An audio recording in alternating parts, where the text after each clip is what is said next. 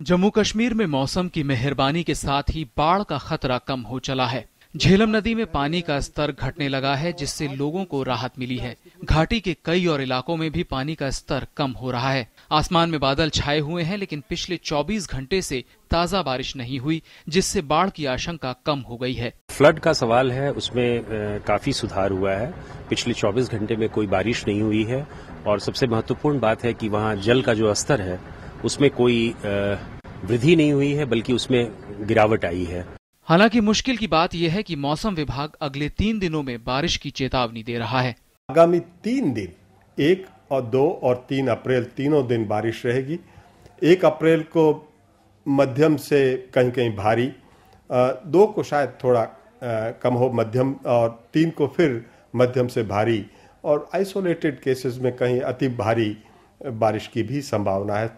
गृह मंत्री राजनाथ सिंह ने मंगलवार को फिर जम्मू कश्मीर के मुख्यमंत्री मुफ्ती मोहम्मद सईद से फोन पर राज्य के हालात का जायजा लिया। गृह मंत्रालय के मुताबिक केंद्र सरकार राज्य सरकार को हर संभव सहायता दे रही है। अभी सिचुएशन कंट्रोल में है और हमारा टीम वहाँ काम कर रहे हैं और राज्य सरकार के साथ मिल करके, और हमारे केंद्र का वहाँ जितने भी काम करने वाले टीम पहुंचे हुए हैं, इसलिए कोई अभी घटना की बात नहीं है, वो सब नियंत्रण में है।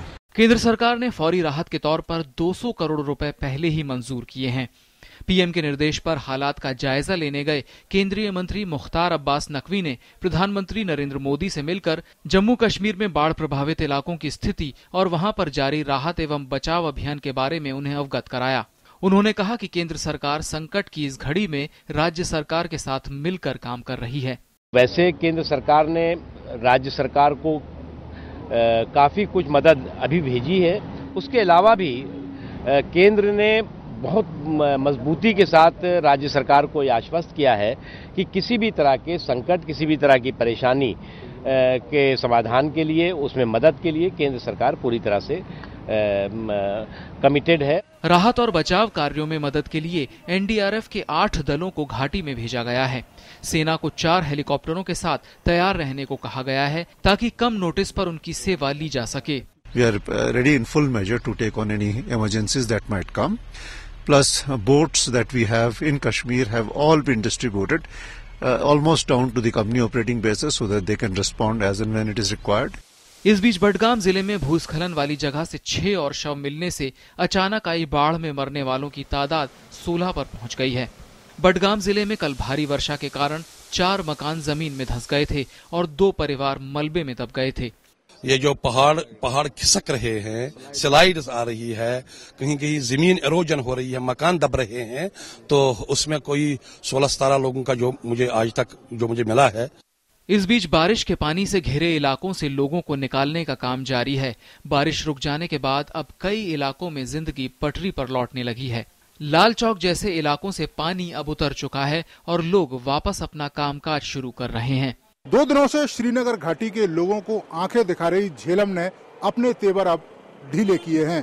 यही कारण है कि इस समय हम लाल चौक पर हैं, जहां कल तक पानी भरा हुआ था, लेकिन अब पूरा का पूरा जो इलाका है वो सूखा है, यानी दुकानें प्रॉपर तरीके से खुल रही हैं।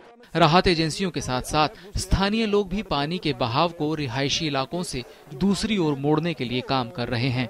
समय आप मेरे पीछे देख सकते हैं कि जो पानी का जो स्तर है वो किस तरह से जो अपना जो नुकसान है वो यहाँ के लोगों के लिए कर रहा है। अगर हम कल से और आज में देखें तो थोड़ा सा अंतर दिखाई दे रहा है, क्योंकि जो पानी का जो लेवल है वो, अगर आप मिट्टी देख रहे हैं, जो मिट्टी यहाँ से उखड़ी हुई है वहाँ तक पानी का लेवल था, लेकिन अब पानी का लेवल कम से कम 3-4 फीट नीचे पहुँच गया है। और कोशिश की जा रही है कि ये लोग जो लोग हैं, जो अफेक्टेड लोग हैं, निकल कर यहाँ से सुरक्षित स्थानों पर पहुँच जाएं, क्योंकि जो पानी है वो उनके घरों को भी नुकसान पहुंचा रहा है। भारी बारिश के हालात में सैलानी भी फंस गए हैं। हालांकि एजेंसियों और सरकार की ओर से की गई व्यवस्था के कारण उन्हें दिक्कतों का सामना नहीं करना पड़ रहा है।